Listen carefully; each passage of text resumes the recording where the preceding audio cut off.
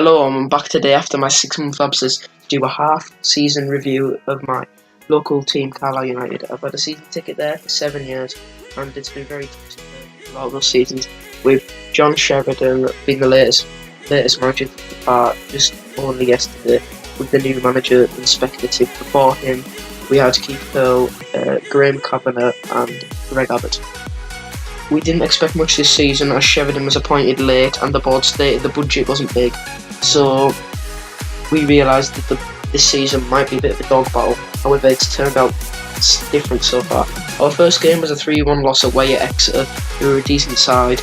They did knock us out under Curl, which was our best finish in the last 6 or 7 years, where we finished 7th in Sky Bet League 2 after we'd been relegated 2 seasons before.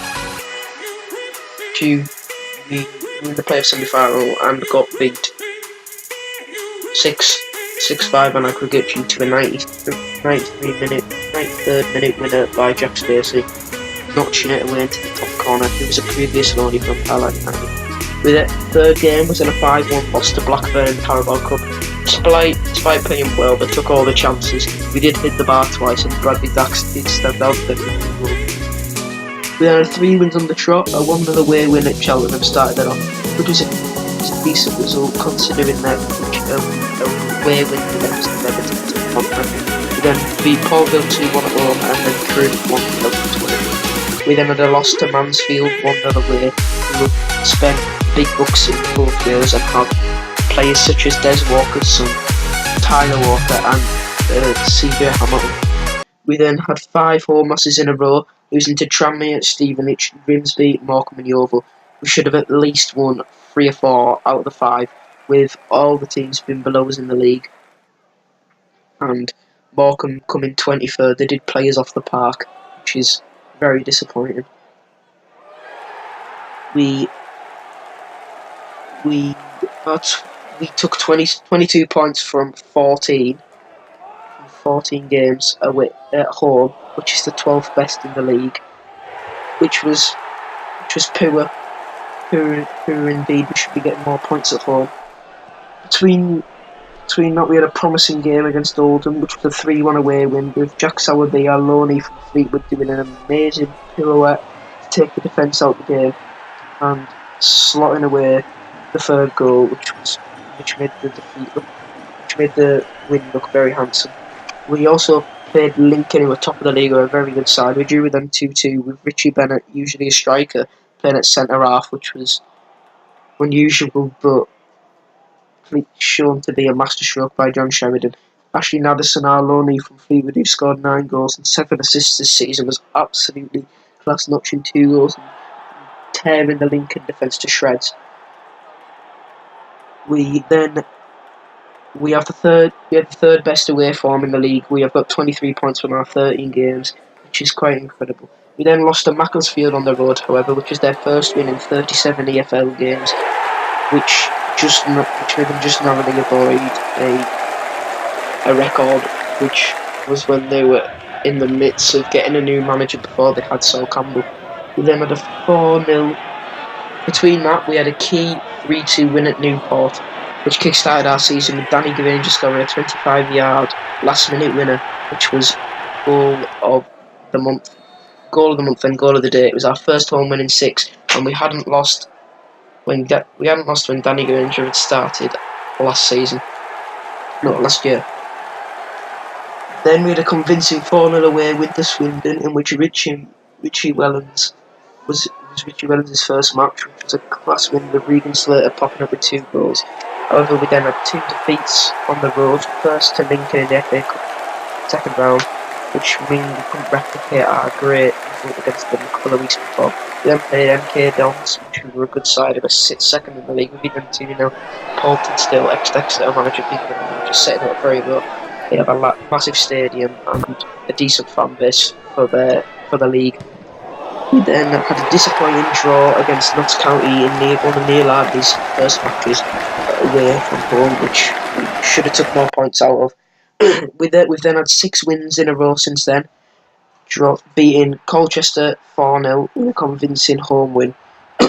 We then played Crawley, who we beat 3-2 away from home, We then played Oldham on Boxing Day, beating them 6-0 with a record attendance this season, getting 5,800, which caused their manager to be sacked, and many Oldham fans weren't happy about that at all.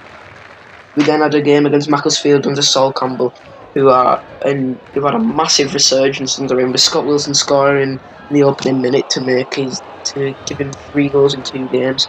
However, they then sat back and invited us on, and we scored through hope and a diving header from Ashley Madison.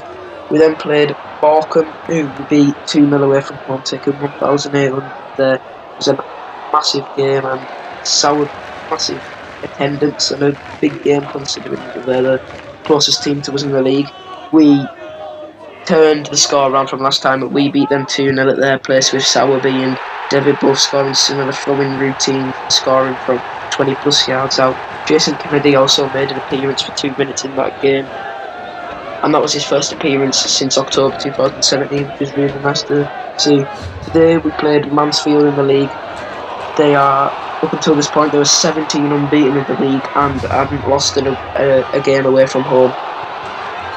However, we beat them 3-2, which ended their unbeaten run and was their first taste of defeat away from home, and only their second in the league this season, making the team in the year for the least losses this season.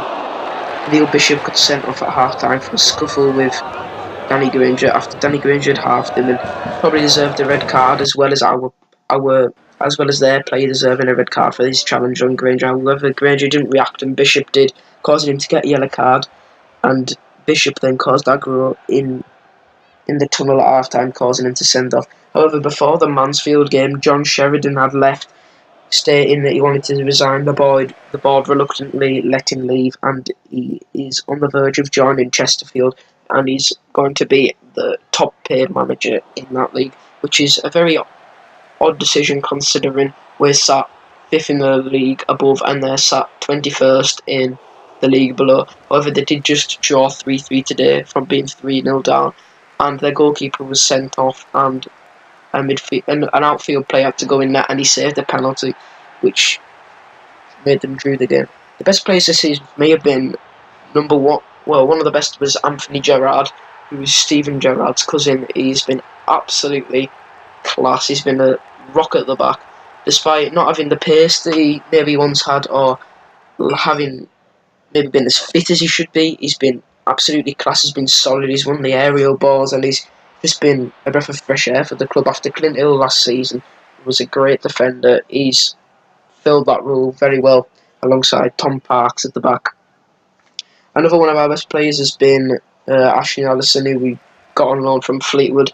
He's scored 9 goals this season, took several assists. He's been very good. He did start up front for us this season, and Jerry Yates on the right. However, we put Yates in the middle and Madison out wide, and Anderson's getting several goal contributions and even notching up with a few goals himself, with Yates scoring 5 in his last 4. However, he's had to go back to Rotherham because they had an injury crisis. I would put Yates up there as one of our best players this season as well, and as well as that, Hallam Hope's come into the forefront as well in the last few games, notching quite a few goals and scoring 2 today to make us beat Mansfield.